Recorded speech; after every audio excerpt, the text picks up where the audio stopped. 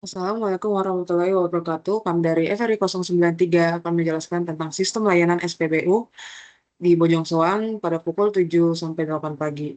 Dengan saya dengan yang beranggotakan saya sendiri Tabita Novita Sarana Pitikul dengan NIM 201 220 220 dengan dua rekan saya Muhammad Daparial dengan NIM 1201 223 016 dan Rizaldi Widi Ridwan dengan NIM 1201 223 323.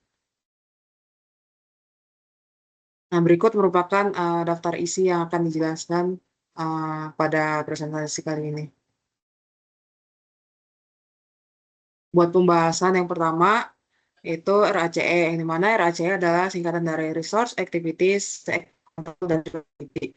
Mana menurut Papilo pada tahun 2008, elemen-elemen ini menentukan siapa, apa, di mana, kapan, dan bagaimana proses dalam sistem dilakukan. Buat RACE yang terdapat pada pengumpulan data di SPBU Bojong Soang ini, kami mendapatkan data yang dimana buat resortnya itu memiliki dua orang operator, dua unit dispenser bahan bakar, dan juga area antrian. Buat aktivitiesnya yaitu yang pertama kedatangan kendaraan ke pom bensin, yang kedua kendaraan melakukan antri, dan yang ketiga pengisian bahan bakar ke kendaraan dan juga melakukan pembayaran.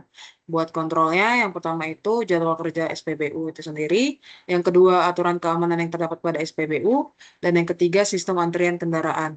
Dan buat entity-nya adalah yang pertama kendaraan bermotor sebelum diisi bahan bahan bakar minyak, dan yang kedua kendaraan bermotor setelah diisi bahan bakar minyak.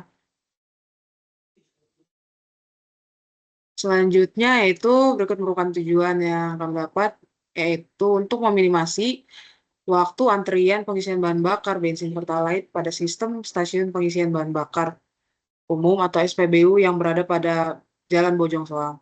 Buat data requirements-nya itu sendiri, yang pertama itu ada arrival time, yang kedua jumlah server, yang ketiga lamanya waktu pengisian bahan bakar ke motor, yang keempat jumlah orang dalam antrian, yang kelima jumlah orang yang mengisi bahan bakar, dan yang keenam end service atau departure time, yang ketujuh ada service duration, yang kedelapan ada kapasitas antrian, dan yang kesembilan adalah layout system. Selanjutnya yaitu buat metode pengambilan data yang kami gunakan kali ini yaitu melakukan observasi lapangan menggunakan stopwatch. Selain itu, kami juga melakukan asumsi terhadap pengumpulan data yang kami lakukan. Buat asumsinya itu sendiri, yang pertama, entity diasumsikan masuk dalam sistem antrian ketika melewati kolom pembatas antrian. Yang kedua, diasumsikan seluruh entity akan mengantri dan tetap dalam sistem hingga mendapatkan pelayanan. Yang keempat, end service time entity pertama diasumsikan sama dengan start service entity kedua. Dan yang terakhir, start service dihitung ketika entity tepat berada di depan server. Nah, di bawah merupakan gambar. Yang pertama merupakan kon batas antrian, dan gambar kedua merupakan lokasi saat start service dimulai. Baik, untuk selanjutnya itu adalah entity flow diagram. Entity flow diagram di sini merupakan adalah visualisasi di mana entitas itu dapat bertransformasi gitu. Yang mana terdapat input yaitu motor belum terisi BBM, yaitu dan outputnya itu adalah motor terisi BBM. Di sini ada prosesnya. Prosesnya itu terdapat interarrival time yang mana masuk dalam sistem antrian si entitasnya itu, di mana lokasinya itu adalah kon pembatas antrian. Dan logikanya atau pemikirannya adalah ketika entitas itu masuk akan memilih gitu area antrian satu atau area antrian dua yang kosong gitu. Maka apabila dia masuk antrian satu, itu akan ikut mengantri gitu. Dan adapun service time duration yang mana terdapat dua waktu, ada beginning service time dan end service time gitu. Yang mana pada beginning service time itu adalah masuk proses pengisian BBM yang mana lokasinya itu motor berada tepat di depan pompa atau server satu. Dan untuk air service time itu adalah entity keluar sistem antrian, yang mana lokasinya itu adalah motor bergerak pergi dari pompa gitu. Dimana service time duration ini merupakan selisih antara bagian service time dan end service time.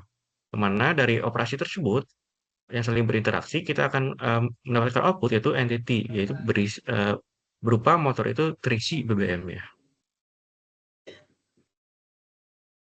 Adapun layout system Lewat sistem di sini kita dapat menunjukkan yang warna hijau itu menunjukkan adalah area antrian.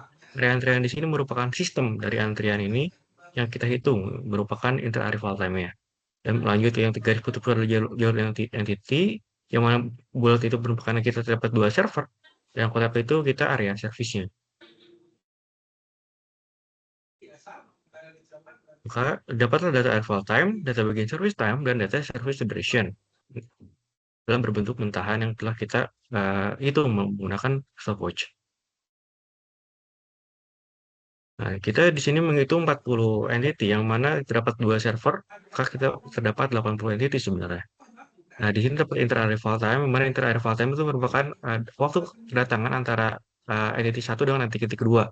Dimana entity pertama itu adalah dia datang pada 11 detik dan yang kedua itu adalah 16 detik. Maka inter-arrival time itu adalah 11 detik. Dan di sini terdapat start service-nya itu adalah 54 detik, end service-nya itu adalah 1 menit 59 detik. Maka service time itu adalah 1 menit 5 detik. Begitupun dengan server yang kedua seperti itu. Nah, eh, kita uji sampai ke data ke 40 seperti itu. Adapun proses data yang kita akan ambil nantinya sebagai distribution fitting gitu. Kira-kira distribusi mana yang tepat dari data yang telah kita kumpulkan, yang mana kita di sini nah, yang sebelumnya kita masih dalam bentuk detik gitu kan, kita ubah menjadi bentuk angka gitu. Yang tadi 11 detik di sini menjadi 11.